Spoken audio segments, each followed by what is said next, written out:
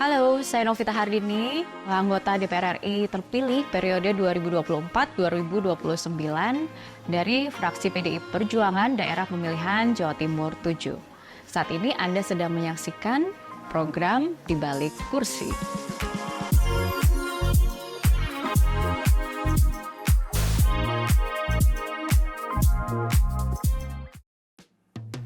Mungkin dari awal saya memulai perjalanan karir, jauh sebelum terjun pada gerakan-gerakan politik, saya mengawali karir saya sebagai presenter, yang kebetulan pada saat itu saya memang lebih suka dan nyaman punya program yang berkaitan dengan charity. Saya berhubungan dengan masyarakat, membantu program-program yang berkaitan dengan banjir ya, kemudian membantu program-program yang berkaitan dengan sosial, sehingga mungkin benih-benih pelayanan masyarakat tumbuh ketika saya menjadi presenter. Dan pada waktu itu program saya, kalau saya ingat, Mata Hati. Jadi saya bertemu dengan masyarakat, memeluk masyarakat, menangis bersama masyarakat, tertawa bersama masyarakat. Pada tahun 2008 pada waktu itu saya masih peralihan dari SMA menuju pendidikan tinggi. Gitu. Pertama berawal dari saya sangat sadar betul sebagai perempuan tuh kita punya banyak sekali barrier. Kita sering dong melihat tidak hanya berita tapi realitas sosial di sekitar kita, bahwa perempuan jalan aja itu bisa jadi peluang-peluang kriminal yang terjadi gitu. Misalnya tiba-tiba ada jambret gitu ya, kemudian dipegang area-area sensitif atau area-area private perempuan. Yang mana membuat saya itu punya satu perspektif, kok begini sekali ya menjadi perempuan. Belum lagi ada beberapa perempuan di beberapa daerah yang tidak mendapatkan akses pendidikan yang sama layaknya dengan para pria di luar sana. Apalagi kita melihat bahwa Indonesia juga menjadi bagian dari Asian norm, di mana budaya patriarki itu masih sangat dominan sekali di kehidupan sosial kita. Sehingga di mata saya ketika perempuan itu tidak dibekali pendidikan yang baik, tidak diberikan kesempatan yang setara, akan sulit bagi perempuan untuk berkompetisi dengan laki-laki di bidang apapun, tidak hanya di bidang politik, tapi di beberapa bidang dan pelayanan publik lainnya. Sementara kita tahu bahwa Indonesia hampir separuh populasinya adalah perempuan, di mana perempuan juga akan melahirkan, di mana anak yang dilahirkan juga akan menjadi generasi penerus pemimpin bangsa di masa depan. Jadi bagi saya tidak adil bagi perempuan ketika perannya begitu sentral untuk melahirkan peradaban bangsa di masa depan, tapi sering sekali mendapat serangan, stigma, kemudian ketidakadilan dalam sosial kita. Dan ini membuat saya semakin punya komitmen ketika nanti saya bertumbuh, ketika saya besar, saya harus bersama-sama dengan perempuan lain bagaimana kita bisa berdaya. Kedua, saya melihat bahwa jebakan kemiskinan yang terstruktur yang terjadi di Indonesia rata-rata itu diakibatkan dari perempuan yang tidak mendapatkan akses pendidikan yang baik. Jadi kemiskinannya bisa turun-menurun dari anak ke cucunya. Nah, ketika saya melihat ada banyak sekali perempuan dan anak yang tidak mendapatkan pendidikan yang baik, kemudian tinggal di rumah petak yang tidak layak, sanitasi yang tidak layak, akses kesehatan yang tidak layak, kemudian terjadi stunting dan sakit penyakit lainnya, saya melihat bahwa ketika saya diberi kesempatan esok, saya tidak terbayang sebenarnya untuk menjadi perempuan yang aktif di bidang politik, tapi saya hanya punya bayangan ketika saya melihat ada kemiskinan di depan mata dan sangat dekat di sekitar saya. Saya cuma punya satu cita-cita ketika Tuhan memberikan saya kesempatan untuk berilmu, untuk bersosial, untuk berpendidikan, maka saya harus gunakan itu untuk mengimprovisasi kehidupan masyarakat yang ada di sekitar. Terutama semua diawali dari merubah derajat perempuannya. Waduh, kalau ditanya tentang penghargaan, sebenarnya kalau berkesan tuh lebih ke, ternyata di satu momen tuh saya melihat sebagai perempuan, sebagai anak muda, ketika kita melihat definisi sebuah cinta itu ternyata tidak saya temukan pada lawan gender atau pada definisi cinta pada umumnya ya. Saya justru ada satu momen yang menyadarkan saya ketika saya bertemu sama masyarakat, ketika saya dipeluk sama masyarakat, ketika mata masyarakat berbinar-binar melihat saya dengan penuh harap, kok saya menemukan arti cinta di situ. Nah, kalau ditanya tentang kesan mungkin itu jauh lebih berkesan bagi saya gitu. Tapi kalau misalnya ditanya tentang penghargaan, saya sebagai seorang perempuan biasa mengucapkan terima kasih kepada seluruh instansi atau lembaga yang mungkin memberikan kepercayaannya berupa beberapa award yang diberikan kepada saya. Saya ucapkan terima kasih, namun sekali lagi saya tidak melihat apakah penghargaan ini sesuatu yang membuat saya cukup bangga dengan pencapaian saya, karena sekali lagi saya benar-benar ingin gitu kehadiran saya ini bermanfaat dan berdampak bagi sosial. Jadi bukan pada penghargaannya, tapi apakah memang benar-benar komitmen saya ini bisa merubah kehidupan masyarakat menjadi lebih baik.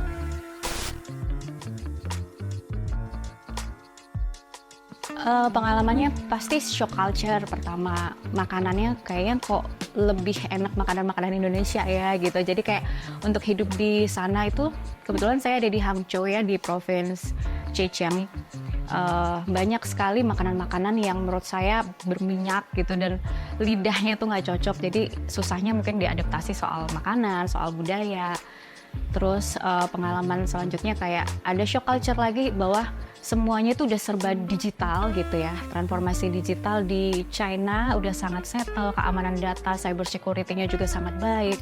Ini membuat saya kayak punya dorongan bahwa kapan ya Indonesia bisa seperti ini gitu. Dan satu lagi kayak misalnya GDP ya.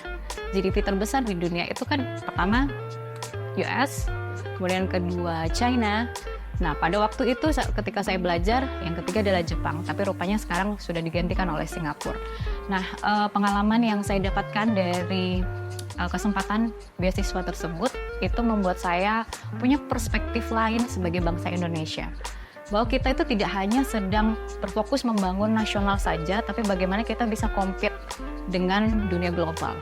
Kedua, kita nggak hanya berfokus pada bagaimana kita memenuhi kebutuhan konstituen saja yang ada di dapil saja, tapi bagaimana kita sebagai negara kesatuan Indonesia yang besar itu bisa mempertahankan ketahanan Indonesia, ketahanan nasional kita, mulai dari sektor budaya, mulai dari jebakan-jebakan ekonomi dari dunia luar yang mengakibatkan Indonesia tidak bisa berdikari dan merdeka sejati-jatinya merdeka. Jadi kalau dibilang Indonesia saat ini baik-baik saja, mungkin tidak. Kita maunya garang tapi masih terkena jebakan utang. Kita maunya garang tapi kita tidak bisa loh berdiri sendiri tanpa bantuan China. Jadi mungkin ke depan ini tantangan bagi seluruh anggota DPR RI terpilih yang baru, bagaimana kita benar-benar berfokus pada otonomi daerah sehingga ya paling tidak ketika kita belajar dan ngomongin Cina nggak mau pakai Google Map, tapi dia punya maps-nya sendiri. Cina sudah punya Alipay. Cina nggak pernah mau beli barang dari luar negeri. Dia bisa memproduksi sendiri. Kenapa Indonesia nggak bisa gitu? Ya saya berharap nanti Indonesia punya aplikasinya sendiri, ya bisa mengeluarkan teknologi sendiri. Meskipun high investment di awal, tapi at least ini mengefisienkan gitu ya Indonesia di tahun-tahun yang akan datang. Jadi ya kalau kita mau mencontoh negara Cina, saya rasa demokrasi di Indonesia akan terbangun dengan baik.